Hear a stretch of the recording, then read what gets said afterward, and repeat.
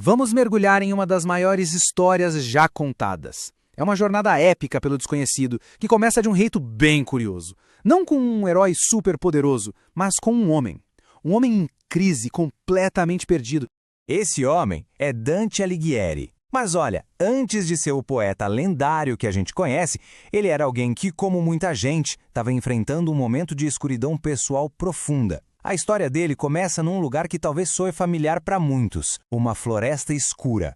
É com essas palavras famosíssimas que o poema começa. Dante não está só perdido no mapa, sabe? Ele está perdido espiritualmente, moralmente, sem a menor ideia de para onde ir. E essa tal de selva escura não era só uma metáfora, não. A vida de Dante tinha de fato desmoronado. Depois de chegar ao topo do poder político na sua amada Florença, ele foi traído e condenado ao exílio, para sempre. Ele perdeu tudo, a casa, o status, a pátria. Foi nesse momento de puro desespero que ele começou a escrever. Enquanto Dante tenta desesperadamente achar uma saída dessa floresta e ir em direção à luz, 3 feras aterrorizantes aparecem e bloqueiam o caminho dele. O interessante é que cada bicho não é só uma ameaça física. Eles representam os próprios pecados que levaram Dante a se perder. Não são só monstros, são a manifestação das falhas dele.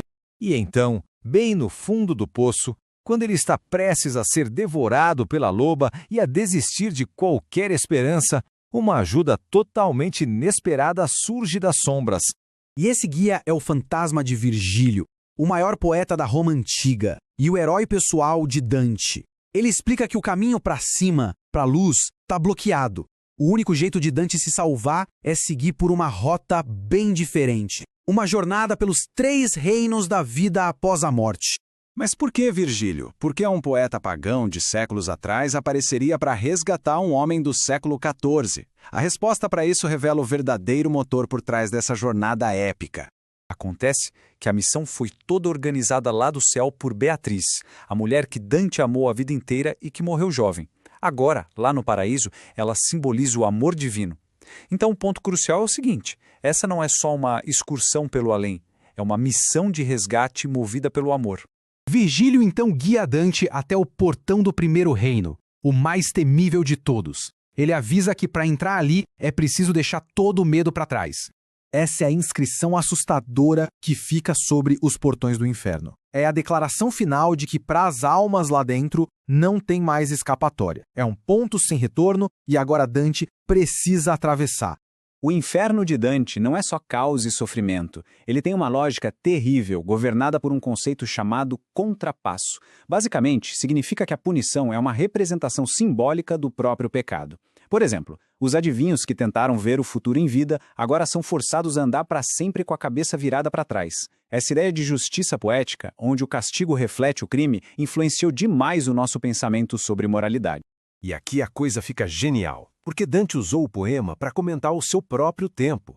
Ele enche os círculos do inferno com figuras da história, da mitologia e principalmente com seus inimigos políticos de Florença, dando a eles o seu merecido castigo poético. Mas depois de atravessar o centro mais profundo do inferno e sair do outro lado, a escuridão começa a dar lugar a outra coisa. A jornada de Dante está longe de acabar, porque o caminho para a salvação não está na punição, mas sim na purificação e na luz.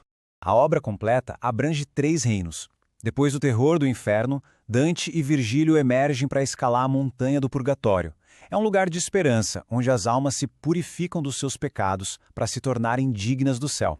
E, finalmente, tem o paraíso, o reino da luz pura e da felicidade divina.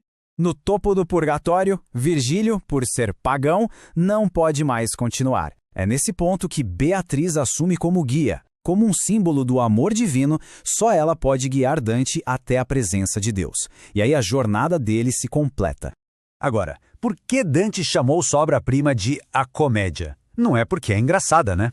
Na definição da época, uma comédia era qualquer história que começava na miséria e terminava com um final feliz. E que final pode ser mais feliz do que a jornada de uma alma de uma floresta escura até a luz do céu?